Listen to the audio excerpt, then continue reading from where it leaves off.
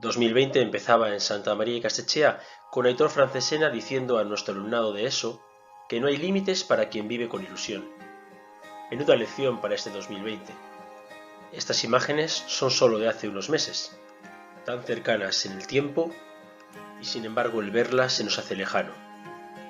La normalidad que vemos en ellas ahora nos parece otro mundo, otra vida, una forma de estar juntos de antes, forma de celebrar que añoramos.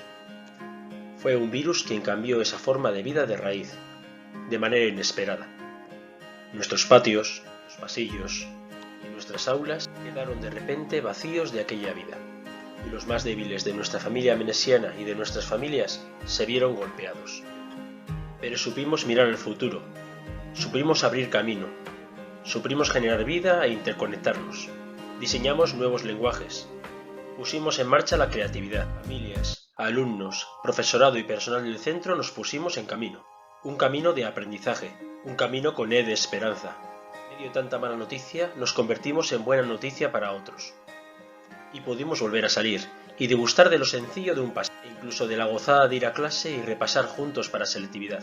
Y tras un verano muy diferente, el colegio también se preparó para la fotografía más deseada. Volvemos al colegio. Y con una gran dosis de responsabilidad, importante ingrediente de alegría, hemos recuperado la ilusión compartida.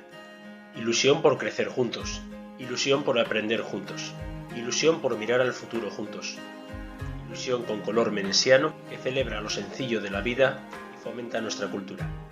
Que nada ni nadie nos quite esta ilusión. Finaliza este año 2020 y es tiempo de mirar al futuro, es tiempo de buscar signos de esperanza, es tiempo de ser ángeles unos de otros, es tiempo de remar juntos y de descubrir luz en medio de la oscuridad.